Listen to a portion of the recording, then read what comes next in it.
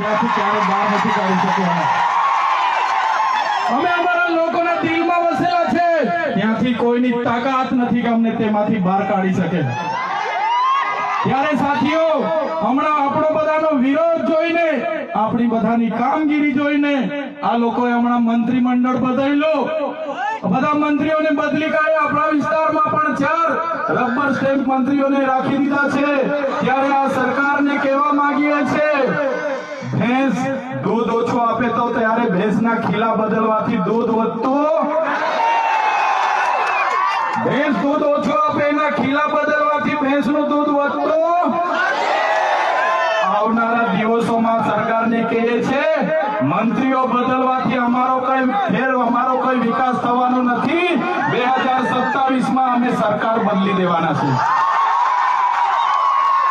બદલી દેશું ને આપણે, તૈયાર છો બધા? ત્યારે આ સરકારને ખબર પડશે કે સરકાર બદલવા વાળા આવી ગયા છે। ત્યારે સાથીઓ, વધારે વાતો નથી કરતા, હજુ આપણે અહીંથી રેલીનું પ્રસ્થાન કરવાનું છે। આજે વડાપ્રધાન નરેન્દ્રભાઈ મોદીજી ડેડિયાપાડામાં આવે, જેમ કરીને પરવાનગી તો માંગવાની હોતી નથી અમારે, છતાં પોલીસ વિભાગ અને વહીવટી તંત્ર દ્વારા કહેવામાં આવ્યું કે જેમ બને તેમ પ્રોગ્રામ પતાવજો। ત્યારે એમને કહેવા માંગીએ છીએ, અમારો જે વડાપ્રધાનનો કાર્યક્રમ છે એમાં આગળ કીધું એમ પોલીસ 7000 છે, આંગણવાડી કર્મચારીઓ આ લાભાર્થી તે લાભાર્થી કરીને ભીડ કરશો, પણ આ ઓરિજિનલ આદિવાસીઓની ભીડ જોઈ લો, એ તમારી તાકાત છે। ત્યારે સાથીઓ, ભગવાન બિરસા મુંડાની જે ઉપદેશો હતા, એમના જે વિચારો હતા, એમણે પોતાનું 25 વર્ષમાં પોતાનું જીવન આપણા માટે સમર્પિત કરી દીધું।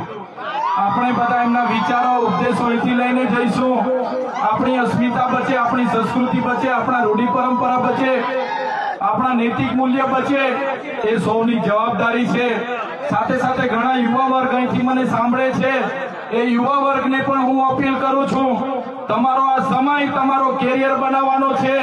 વ્યસન અને ફેશનને હાલ પૂરતા સાઈડ પર મૂકી દેજો, તમારું પહેલા કેરિયર બનાવો, પછી આપણે આવનારા દિવસોમાં બધું જોઈ લઈશું। એટલે મારા તમામ સમાજના લોકોને અપીલ કરું છું, આ સરકાર આપણને ભણવા ના દે, આ સરકાર આપણે રોજગારી ના આપે, છતાં આપણે બધાએ સાથે મળીને આવનારા દિવસોમાં આપણા સમાજને દિશા આપવાનું કામ કરવાનું છે।